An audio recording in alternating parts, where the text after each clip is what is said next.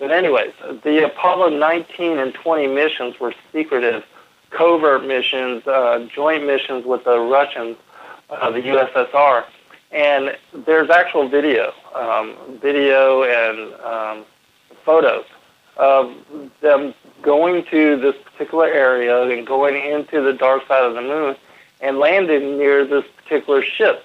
Well, William Rutledge, who was the commander of Apollo 20, and another guy named Moonwalker Delta, who was the commander of Apollo 19, they both gave testimony and interviews to my friend Lucas Santagrillo.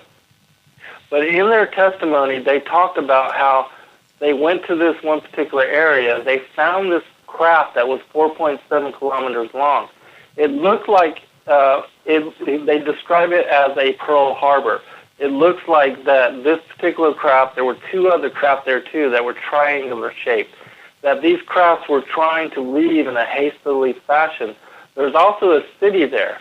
And the city and all three of the crafts were bombed like a war in heaven.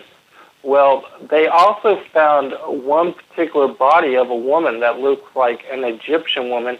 This woman had 6 fingers and 6 toes, and looked sort of like, an Egyptian woman. But they said that they brought this body, which was in an inanimated state, back to the earth. But the whole reason I bring this particular story up is because we know that there's megalithic structures on both the moon and the Mars, and those were civilizations that were seeded and created by the fallen angels previously. But for some reason, they were doing physical things, building structures and traveling across the universes in whatever way. So we don't know exactly what their dimensionality is and what that means. We know it's different from third dimension reality, and they have to manipulate to have access, whatever, stargates or whatever, to gain access to this particular dimension. But who knows? Who knows what the dimensionality of those beings are and why they're limited in such a way that they have to possess people to interact on this sphere? I don't know, but it seems like in their angelic, like even the Watchers when they came and they mated with the daughters of man, most people think that, spirits of the first world age cannot intermarry and interbreed with the daughters of man. In a book called the Kebra Nagas, in chapter 100, when it talks about the fallen angels themselves, the Lord transforms them into bodies of flesh, and then they are able to intermarry and interbreed with the daughters of man. But we don't know exactly what that dimensionality is and what it entails. So I guess, that's something that we're still going to kind of find out. What was that book you just referenced, Kabran? The Kebra Nagas. It's a very detailed accounting of the fallen watchers. It's Kebra, and then the next word is Nagast. The Kebra Nagas. The chapter 100 is a full, and it's the most detailed accounting of the Watchers and their fall from heaven, their abandoning of the first estate, and how they came in and intermarried with the daughters of Cain. And it gives a beautiful, beautiful accounting of that story. It even talks about how when they bred with the daughters of Cain, how their children came out through unnatural childbirth. They ripped up through the bodies of their mothers. They weren't even born in natural ways. They just split open their mothers and were, born as giants. So the mothers were killed in the process? Yes, mothers were killed in the birth. That is Kebran Habrath. That is so interesting because there's a movie that you can rent at Blockbuster called Fallen, and in it, Lucifer is talking to his offspring, and he admits that in the birthing process, the mother was killed. Oh, wow. Huh. That's really interesting. Yeah, I'll send you a link to a download I took the best of the clips and put them together. But yeah, this is a. Thank you so much, Zen, for taking the time.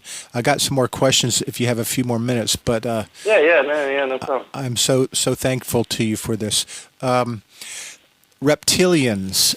My buddy who works at the secret locations underground has seen many times human-looking individuals in suits or military uniform shape-shift. It's almost like on Star Trek, where it just sparkles and next thing you know they're a different form. Shape-shift into a reptile. What is that all about? Okay, well, this goes back to the second Adam and the impregnation of Eve with Cain. Remember the prophecies of Genesis chapter 3. The Lord turned to Eve and said that she would now be giving birth to children. Turned to Adam and told him that he would now have to work the ground to toil for sustenance to feed his family. And the Lord cursed the serpent for what he had did in deceiving Eve and Adam, and that's when Lucifer and his bloodline were transformed into reptilian shape-shifting beings. And I believe they also have wings just because of all of the mythology surrounding the feathered serpent. And there's a book of giants that gives a description of the same thing. But when Satan seduced Eve, created the line of Cain, they then lost their beautiful angelic natures, and they were transformed into these reptilian beings. But they still have the power to transform themselves even into an angel of light. But that they are tied to their emotional centers, and that is also what gives them a prevalence for evil. Yeah, I think that the world is run by these things. Absolutely. They shape-shift into a human form, and these are the rulers of the earth. And then their children, here's my theory on who the rich men of the earth are, Psalm 2. Their children, as long as they have more than 50% DNA from that reptilian line, are also the rulers and kings of the earth, and that's why they keep in the family bloodline breeding. Right. And that is who the Illuminati are. Right, absolutely. And then also, too, this goes back to that whole Bill Schnoblin and his testimony.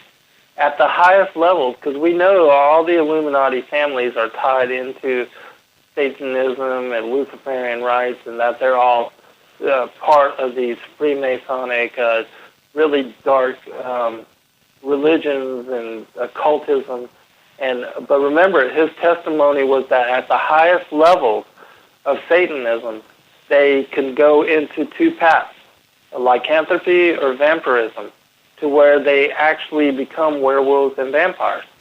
But what happens to them is before they can take on that ability, they have to intermarry. They have to sleep with and breed with a fallen angel.